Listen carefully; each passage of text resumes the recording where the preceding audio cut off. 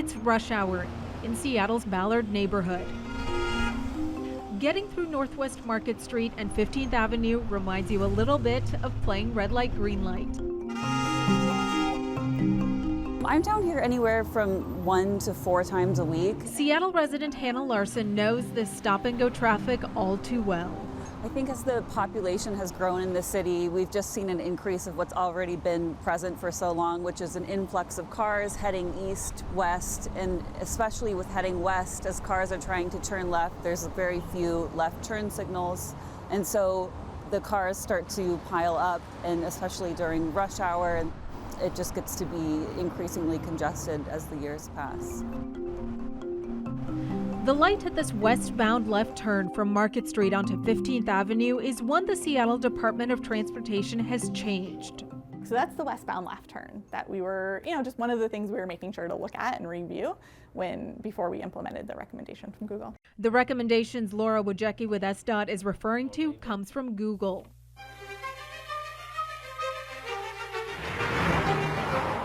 The company approached the city of Seattle to partner on Project Greenlight. It uses artificial intelligence and machine learning from Google's vast maps database to improve signal timing and reduce emissions. And certainly very exciting that they approached us as the first North American city. Seattle is known for its technology innovation and also its traffic. Google's Juliet Rothenberg is very familiar with both. And I know this, I grew up outside of Seattle, actually. Okay. And so I can tell you that Seattle has long had traffic issues in the city. Because of that, the transportation department has been extremely proactive about leveraging advanced technologies.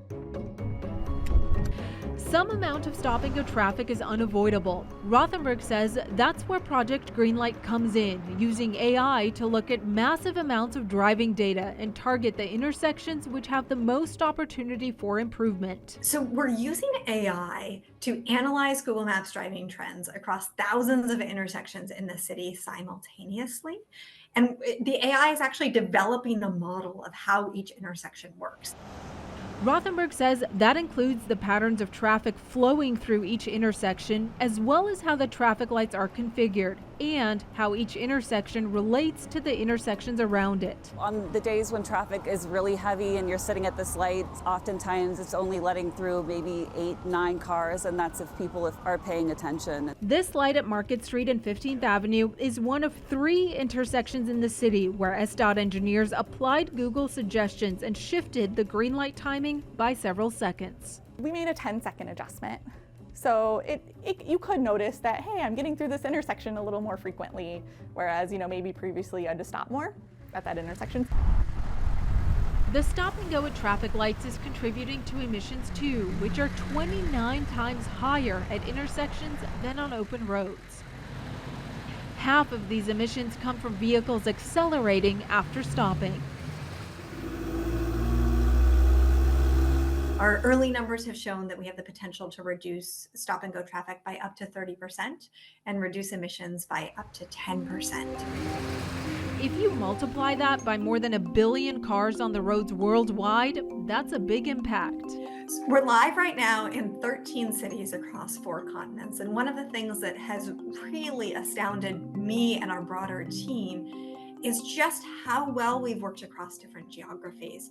From European cities like Hamburg, Germany, to Bangalore, India, Jakarta, Indonesia, and Rio de Janeiro, Brazil, Project Greenlight can impact 30 million car rides each month, lighting the way for a more sustainable future. I think we lead the initiative on a lot of projects, especially involving technology, and I think that if this is a success here where traffic is such a congested issue, that we will set the example for cities across the nation to make this change as well.